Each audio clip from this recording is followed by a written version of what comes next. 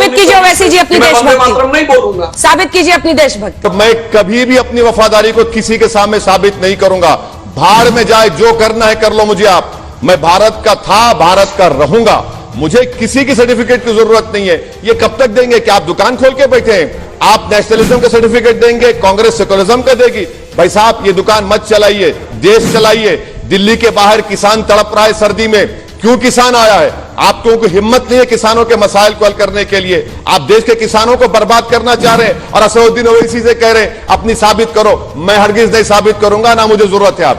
आज जब आप कहते हैं पुराना हैदराबाद में हमें, ओल्ड हैदराबाद में हमें सर्जिकल स्ट्राइक करने की जरूरत है, आप जिन्ना से तुलना कर रहे हैं अभी भी बैठकर ओवैसी की, तो क्या हम माने कि ये पाकिस्तान का हिस्सा है, इस देश में नहीं? तो आपसे कह दिया, अगर इन्होंने कहा कि मौलाना आजाद की तरह है तो फिर वंदे मातरम सरस्वती वंदना से ऐतराज नहीं होना चाहिए। अगर ऐतराज है तो ये सबसे पहले जिन्ना। अरे मैडम, मैं जिंदगी में जब यहां से चला भी जाऊंगा ना, तो मेरे आने वाली 10 नस्लों को ये पूछते रहेंगे अपनी देशभक्ति साबित करो। भाड़ में जाए।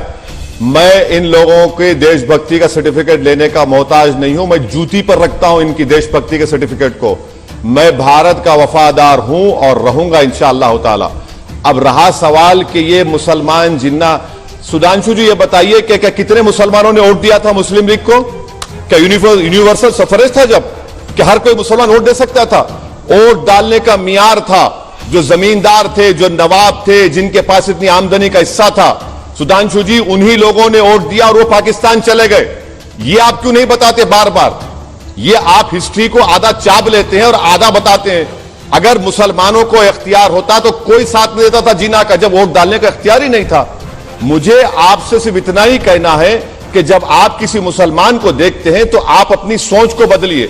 और भारत के संविधान में फ्रीडम ऑफ एक्सप्रेशन है मेरे पास, और आप यकीनन अपने मजहब पर चलिए, सरस्वती वंदना पढ़िए, वंदे मातरम पढ़िए, मगर आप इस बात को समझिए कि किसी को आप फोर्स नहीं कर सकते।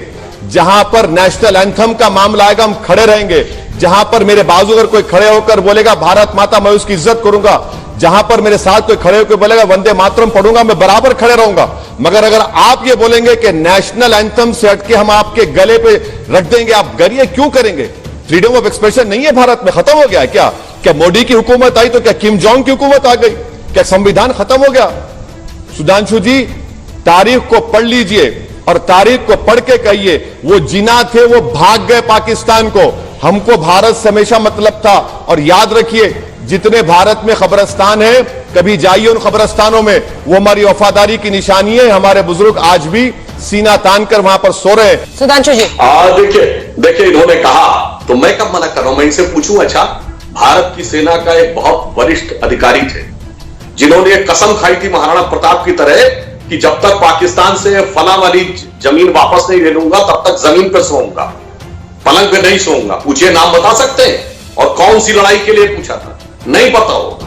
अरे सुधांशु जी, एक बात सुनिए, एक बात सुनिए सुधांशु जी, एक बात सुनिए। राणा प्रताप की तारीख आप बता रहे हैं। अरे भाई, बाबर को किसने बुलाया था? किसने बुलाया था? मैं मुस्लिम अधिकारी की बात कर रहा हूं। कौन लड़ा था अकबर के खिलाफ? बताइए ना, मुगल फौज का कमांडर कौन था? अरे आप हिस्ट्री को नहीं जानते सर, आप की तरह कहा। अरे आप हिस्ट्री को जानते नहीं है ना, आप हिस्ट्री को आधा चाप कर बोलते हैं। परेशानी तो वही आपसे। अब मैं बता देता हूं। अरे मेरे भाई, इसीलिए तो मैं कहता हूं ना, आप राणा प्रताप की बात करते हैं, आप औरंगजेब की बात करते हैं। आप ये बता दीजिए कि राणा प्रताप के खिलाफ जंग लड़ने कौन गया था? औरंगजेब की फौज में कौन था? अरे भाई, मैंने तो था जो शिवाजी से लड़ने गया था? क्या भारत के सुनिए अरे अपने टर्न पे बोल रहे, बेहतर रहेगा। सुधांशु जी, सुधांशु जी, आप मेंबर ऑफ पार्लियामेंट है। नेक्स्ट आप आइंदा जब पार्लियामेंट की लाइब्रेरी को जाएंगे, जो पहली संविधान की किताब लिखी गई उसको उठाकर देख लीजिए। उसमें अकबर की तस्वीर है, अकबर बादशाह की तस्वीर है, उसमें झांसी की रानी की तस्वीर है, टीपू सुल्तान की तस्वीर है। क्या कहेंगे उसको आप? उसमें तो भगवान राम की भी तस्वीर है। आपसे कह रहा हूं कि यही भारत की खूबसूरती है। ओवैसी जी, इन सबसे पहले भगवान राम की तस्वीर है। बिल्कुल है, सही। पर जय श्री राम बोलने पर आपको भी लगता है कि ये सारे कम्युनल है? तस्वीर है, बिल्कुल। जय श्री राम बोलने वाले कम्युनल है, बीजेपी के वोटर्स कम्युनल है, ये भावना आप भी स्प्रेड करते हैं? मैं जवाब आप मेरी एक स्पीच दिखा दीजिए जहां पर मैंने इस तरह की बात कही। बताइए आप, चलिए स्पीच चलाइए मेरी अभी। आप मेरी एक स्पीच चलाइए जहां पर आप जो कह रहे मैंने कहा इस बात को। मैं तो आपको, आप तमाम को बता रहा हूं कि भारत की पहली संविधान की किताब में ये तमाम चीजें हैं। तो राम की तस्वीर है, सीता की तस्वीर है, गुरु नानक की तस्वीर है, टीपू सुल्तान, सबकी। यही तो खूबसूरती है भारत की। जो बीजेपी कहते कि सर्जिकल स्ट्राइक करेंगे, भारत की पहली सरकार है जो भारत के एक इलाके पर सर्जिकल स्ट्राइक करती है। भारत के 22 शहरियों को पाकिस्तानी, रोहिंग्या, अफगानी कहती है।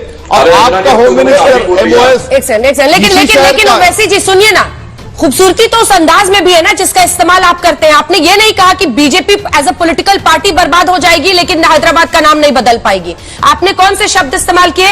इनकी नस्लें बर्बाद हो जाएंगी लेकिन ये हैदराबाद को भाग्यनगर नहीं कहेंगे। आप भी जिस अंदाज में बोलते हैं, आप भी एक संदेश देते हैं ना। इंशाल्लाह इनकी नस्लें खत्म हो जाएंगी। अरे पार्टी की नस्लें थोड़ी होती है सर। हैदराबाद का नाम हैदराबाद रहेगा। पार्टी की नस्लें थोड़ी होती हैं। असदुद्दीन ओवैसी भी खत्म हो जाएगा। असदुद्दीन ओवैसी, बिल्कुल असदुद्दीन ओवैसी भी खत्म हो जाएगा, मगर हैदराबाद का नाम हैदराबाद रहेगा। अच्छा ये बताइए, योगी आदित्यनाथ का पहले का नाम क्या था? बताइए क्या नाम था उनका? पहले दिया हुआ नाम क्या था उनका? हम भी पूछे क्या?